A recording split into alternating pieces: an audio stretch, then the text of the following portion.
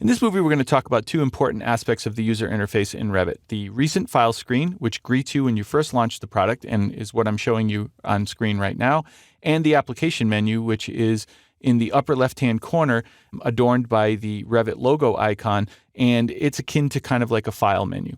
You can perform similar functions using both of these interface elements, and so let's just kind of look at an overview of what each one is capable of. So in the projects area at the top, we have some links here on the left. So we can use this one to open an existing file. We can use this one to create a new file. And then these items here are customizable and allow you to create new files based on predefined templates. So if I wanted to create a file from the construction template versus, say, the structural template, I could choose the various links. If the template that you want to use is not listed in one of these four choices, then you can simply click the new link here and browse to the template that you want. Now, next to that, over to the right, you have the most recently opened files that you've opened on your copy of Revit. So if you want to work on the same file again, you can just simply click one of the icon links over there at the right and reopen that file. Now, beneath that, you have a similar structure for family files.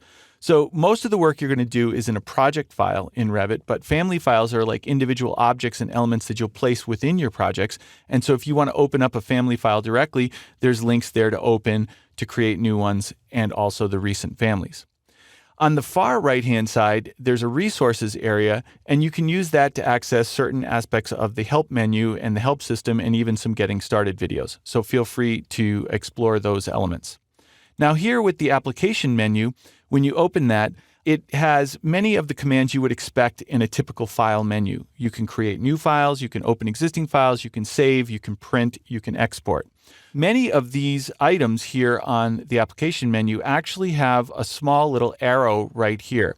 And you can see that if I hover over it for just a second or two, it actually expands out a broader menu. So let me try that again. Let me move away, and you can see here that there's new, and I can just click it to open the new dialog, or if I hover over it, it'll give me other options. So specifically, I could create a new project or a new family or a new conceptual mass and so on.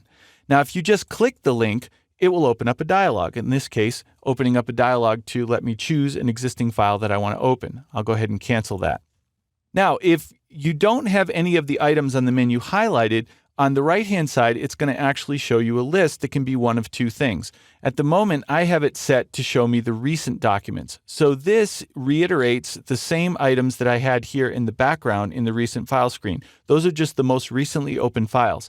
Now, there's room here for a lot more than just 4. If I had opened up more than 4 files recently, they would all be listed there on the list. Now, if you're working on a project for a long period of time and you want to keep it on the list, there's actually this little pushpin icon right here, and you can click that and it will keep that item pinned to the list and it will not scroll off the list as you open up other files.